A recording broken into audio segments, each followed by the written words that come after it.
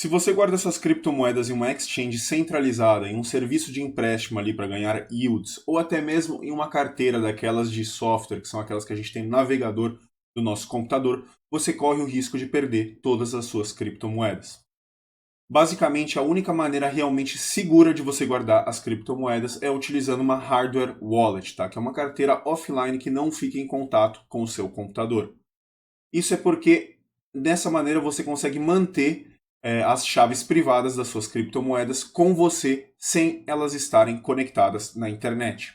Hoje eu vou falar com vocês as duas principais escolhas aí de carteiras de hardware, na minha opinião, trazer alguns aspectos aí, moedas suportadas e características dessas hardware wallets, bem como o porquê que você deve utilizar uma dessas. Se você é novo no canal, seja muito bem-vindo. Meu nome é Guilherme Valério, esse daqui é o Revolução Cripto, e nesse canal eu trago análises semanais aí de diferentes coisas do universo de criptomoeda, que é um universo que me fascina muito. Se você gosta desse tipo de conteúdo, não esquece, por favor, de se inscrever no canal para ficar ligado aí nas novidades. Antes da gente ir para o vídeo, um disclaimer. Meu canal tem intuito educacional apenas e não se trata de forma alguma de uma recomendação de investimento. Portanto, faça sempre a sua própria análise. Vamos embora.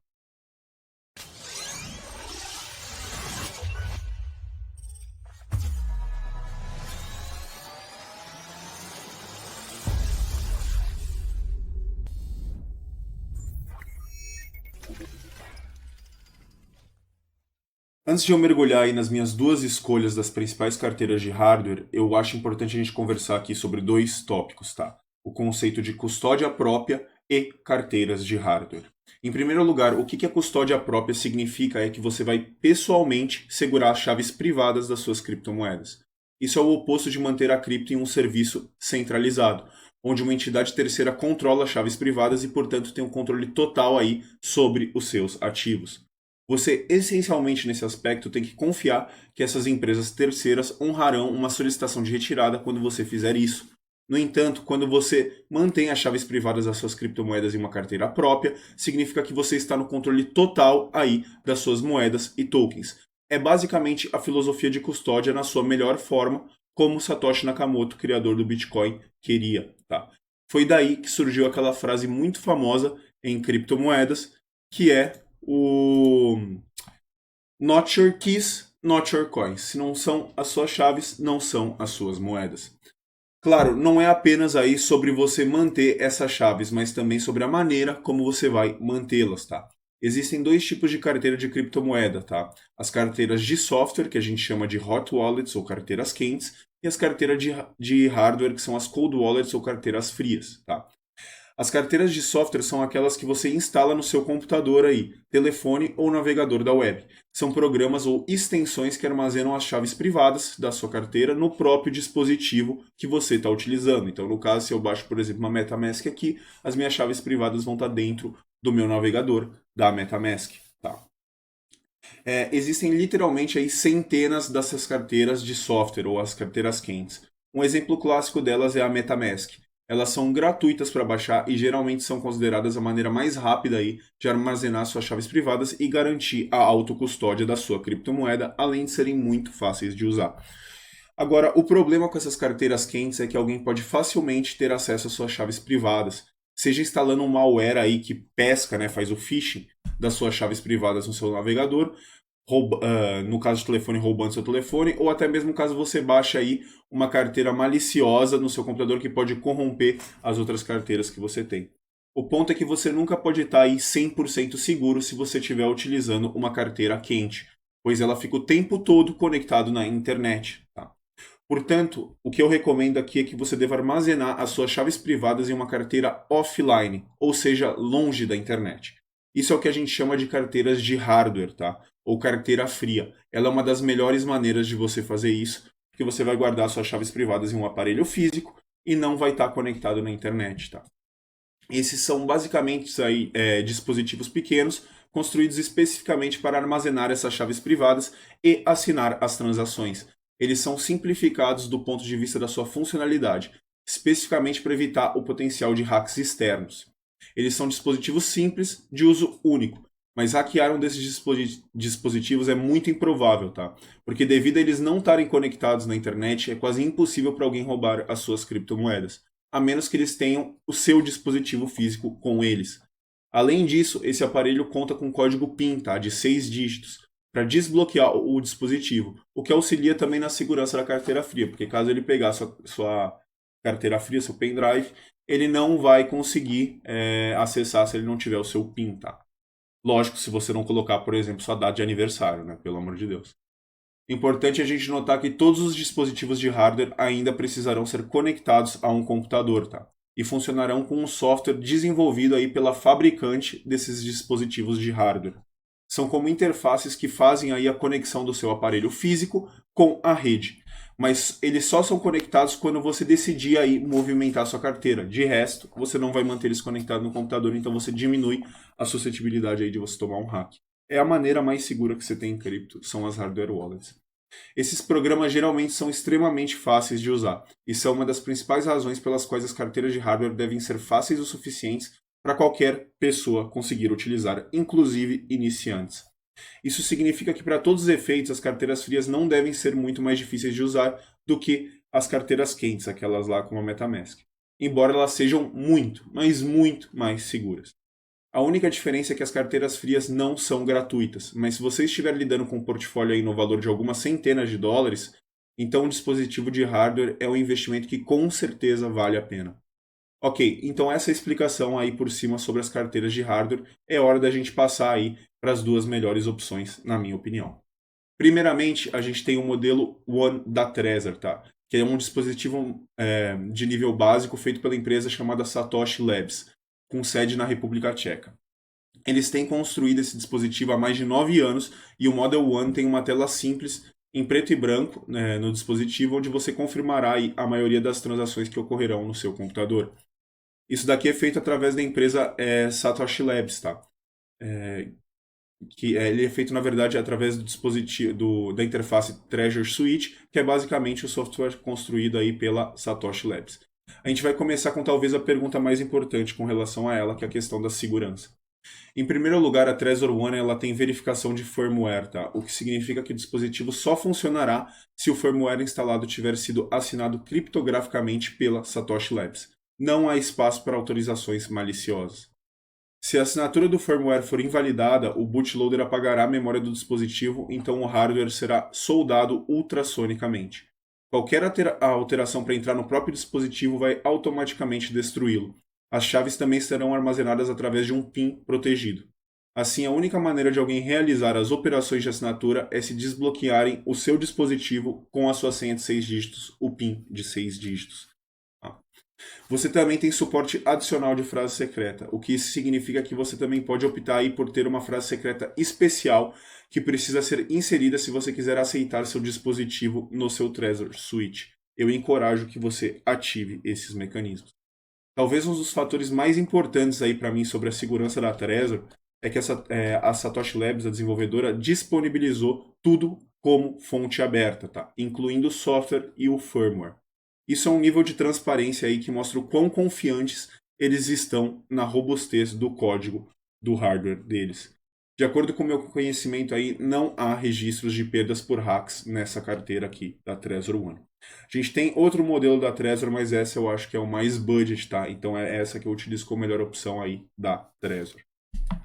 A única coisa que teve aí com relação à Trezor é que houve uma exploração aí que foi usada pela Kraken Security Labs há alguns anos, e foi uma exploração física aí que exigia fazer um glitching de tensão do dispositivo. Então ele vinha com os cabos de tensão e mudava a frequência do dispositivo para tentar acessar, tá? E conseguir.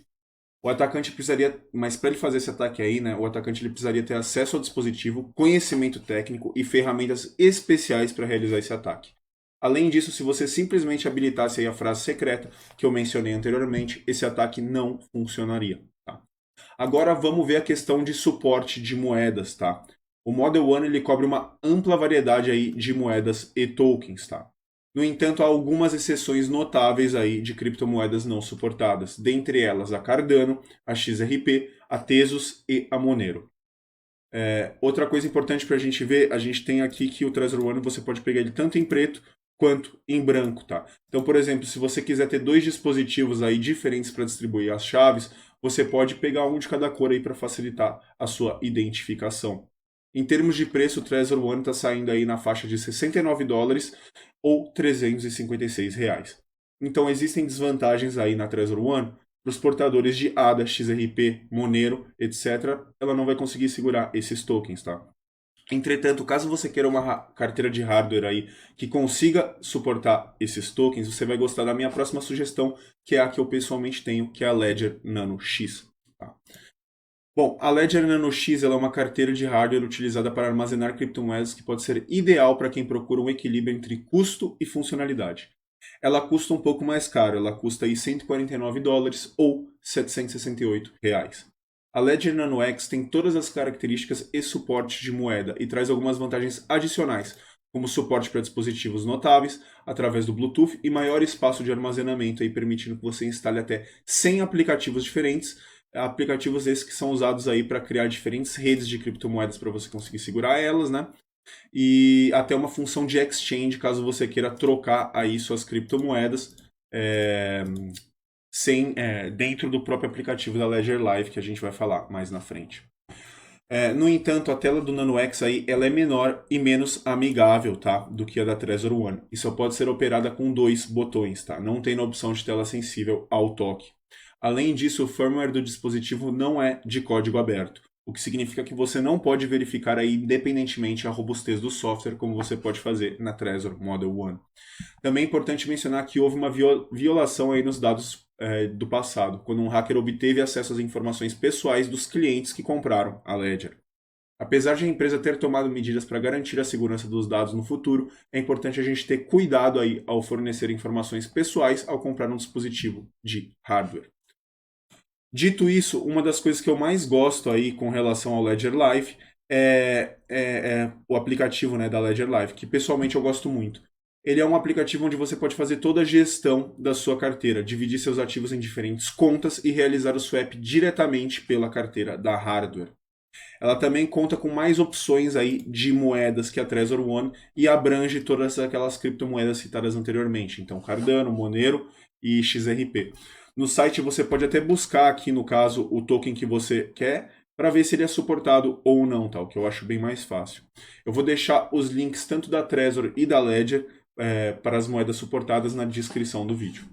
Basicamente, essas daqui são as duas melhores carteiras aí, na minha opinião, tá? Carteiras de hardware, né?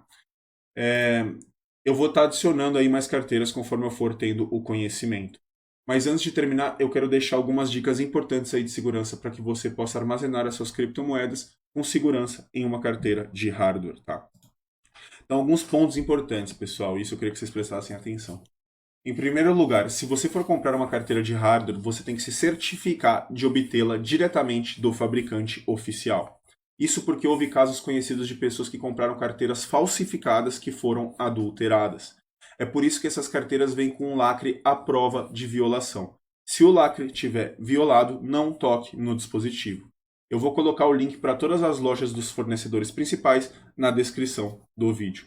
Não ganho nada com isso, eu só acho que é importante a gente ter segurança, tá, gente? E isso traz segurança. Você não tem por que correr um risco de exchange, um risco de alguém segurar sua chave se você não tem a necessidade disso. É um investimento? É. Mas é um investimento em segurança, que, ao meu ver, é um bom investimento. Quando se trata de configurar a carteira de hardware, aí, certifique-se de manter as palavras semente ou as seed words muito seguras, tá? Então, quando você estiver configurando o dispositivo, ele vai te dar 12 palavras, você vai ter um espacinho para anotar elas, você guarda isso muito bem, porque você tem que se lembrar que essas palavras aí são as chaves mestras para suas criptomoedas. E se elas caírem em mãos erradas, aí pode ser o fim das suas moedas. Elas servem também para você fazer o backup das moedas caso você perca seu aparelho, tá? Você simplesmente vai comprar outro, colocar essas frases e vai importar a sua carteira, tá? O mesmo pode ser dito aí se você perder suas chaves e o dispositivo. Se você quiser dar um passo extra para se certificar de que eles não sejam destruídos em um incêndio ou enchente, você pode optar por comprar esses cartões de seed phrases de aço, né, no caso. Que é a mesma coisa que o do papel, só que por ser em aço você vai estar ele é resistente a incêndio, enchente, essas coisas. Eu não vou me especificar muito nisso, mas seria com um aparelho especial aí para gravar suas senhas em um material resistente. Outro ponto importante, ninguém precisa saber sobre as suas criptomoedas ou como você as armazena. Na verdade, é melhor que não saibam, tá? Então não sinta a necessidade de se gabar sobre isso. Apenas aproveite o fato de que você está tomando o controle pessoal das suas chaves de maneira mais segura possível. Essas são aí as minhas melhores escolhas de carteira de hardware para hoje, tá? Eu vou deixar todos os links que eu comentei no vídeo aqui embaixo na descrição do vídeo. Se você usa alguma carteira aí que eu não mencionei, por favor, deixa no comentário aí para eu estudar e ir atrás para trazer num próximo vídeo, tá bom? Se vocês gostaram do vídeo, pessoal, não esquece, por favor, de curtir e compartilhar para a gente divulgar essa segurança aqui para mais gente e também, logicamente, me ajudar no meu trabalho, tá bom? Pessoal, do fundo do coração, agradeço ao tempo de todos e nos vemos numa próxima. Até mais.